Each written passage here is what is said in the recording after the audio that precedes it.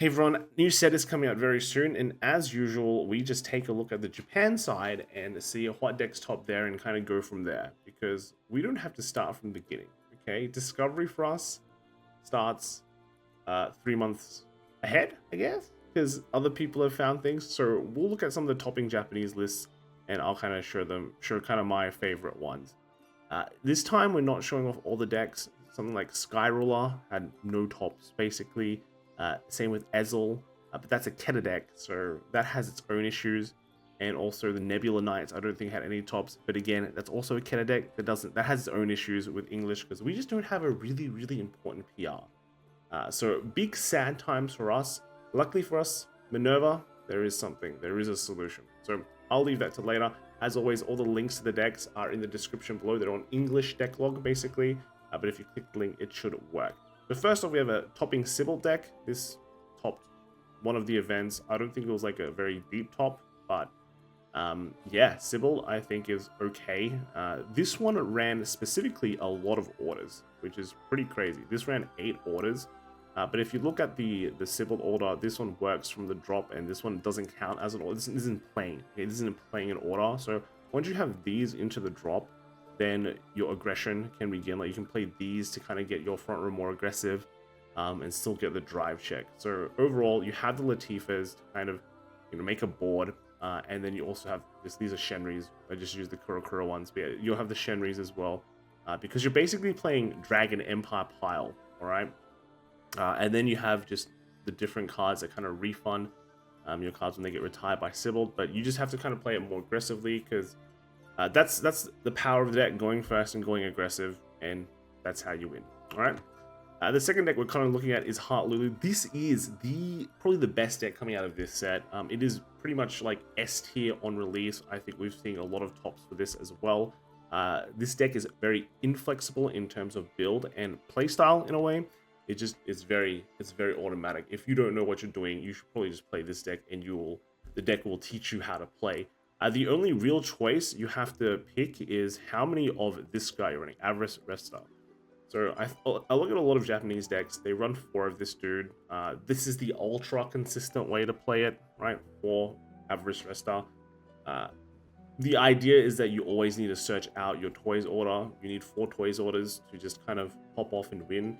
If you don't get 4 toys orders, you don't pop off, and you likely don't win, right? So you always want to be able to get a copy of this. Your deck searches out 3 of them naturally, so just having 1 extra is perfect. So if you mulligan one of these in your hand, that kind of works out. But if you mulligan any of these in your hand as well, that also works out as well. But again, 4 can be excessive. You can bump this down to 3 or even 2. Some people don't even run it. I probably wouldn't do that, but this is also a very expensive card.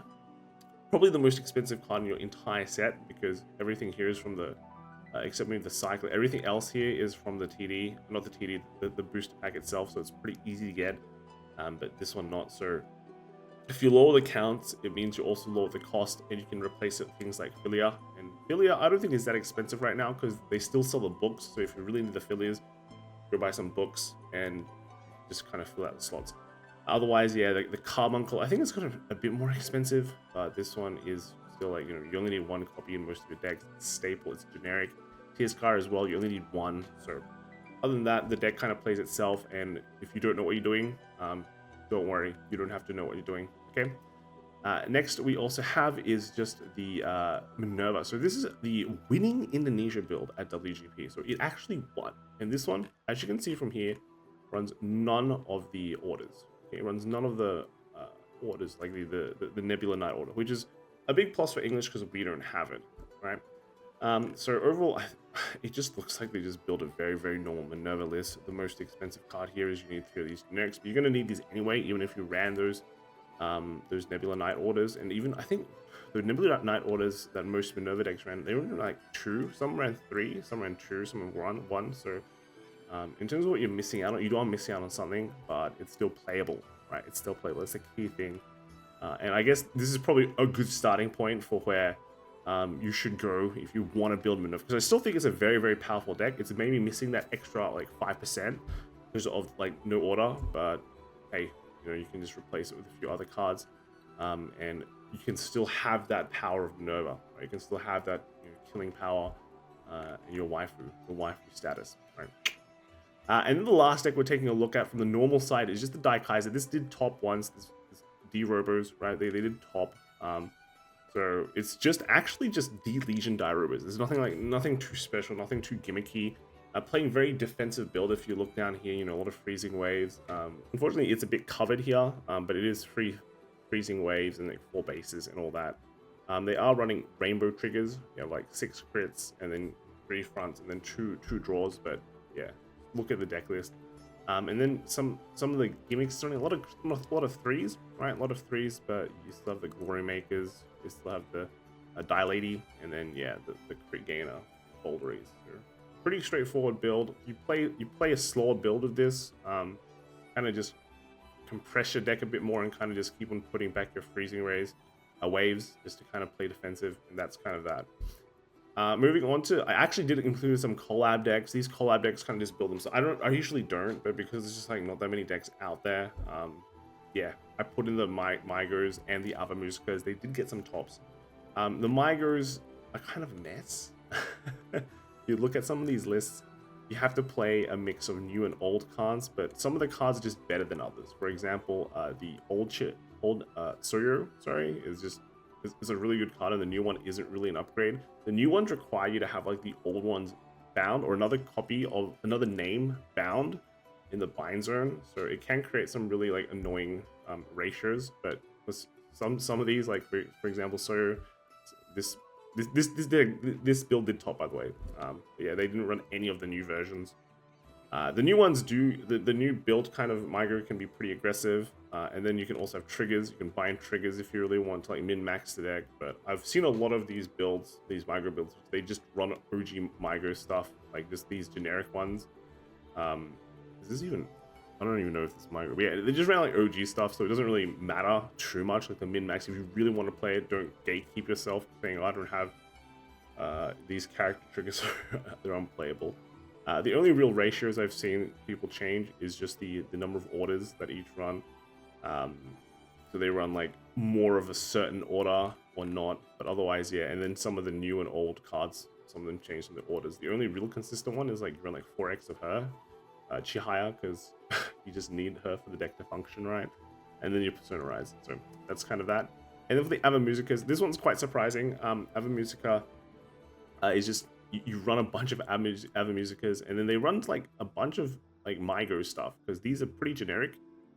You don't play them for the Migo effects because they won't work. But like for example, a new Chihaya kind of can like on attack and then end of battle bind itself to draw cards. It's like, oh, it replaces itself. And then the Soyo, just you don't play for the guard restrict. You just come into play, give 5k.